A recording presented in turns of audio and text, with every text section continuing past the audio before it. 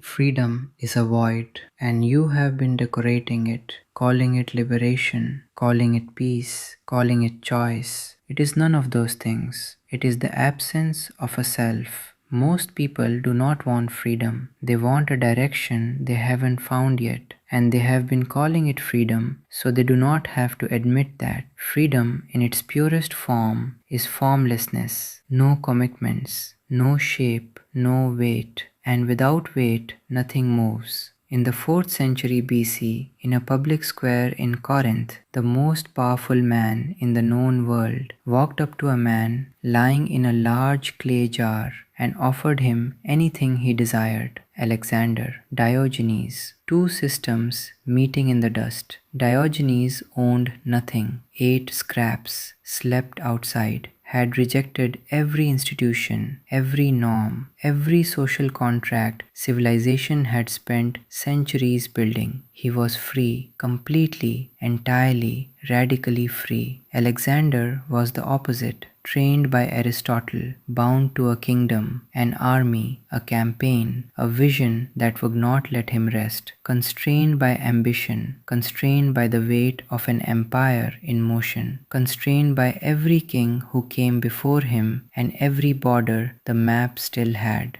Diogenes looked up at Alexander and said, "Stand out of my sunlight." And Alexander, conqueror of Persia, Egypt, the edge of India, said, "If I were not Alexander, I would wish to be Diogenes." This is not a parable about who was right. This is a mechanism. Diogenes was free from everything, and because he was free from everything, he was aimed at nothing. He did not build, he did not conquer, he did not alter the geometry of the world. He observed it from inside a jar and called that wisdom. Alexander was not free, and in 12 years he remade the ancient world. The confusion people carry is this. They believe freedom produces something, that if you remove enough constraint, enough obligation, enough structure, eventually something emerges. A life, a self, a meaning. It does not. A void does not produce structure by expanding. A void produces more void. Discipline is not the opposite of freedom. That is the wrong framing, and it has been handed to you your entire life.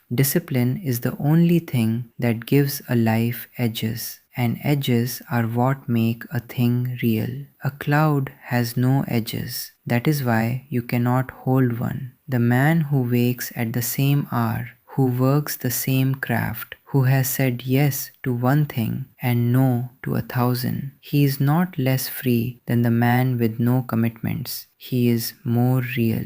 There is an anxiety that lives inside unstructured freedom. It is not widely discussed. The man who has eliminated all obligation does not find peace. He finds the shape of himself, which is nothing. And nothing is the most frightening thing a person can find when they go looking for who they are. This is not an argument for obedience. Diogenes was not obedient. His rejection of civilization was its own discipline, one of the most demanding ever attempted by any human being. He chose his constraints carefully. He simply aimed them inward at radical self-sufficiency rather than outward at the world. Alexander aimed outward. Diogenes aimed inward. Both were disciplined. Neither was free. Not in the sense that word is used now. The sense that word is used now is this: no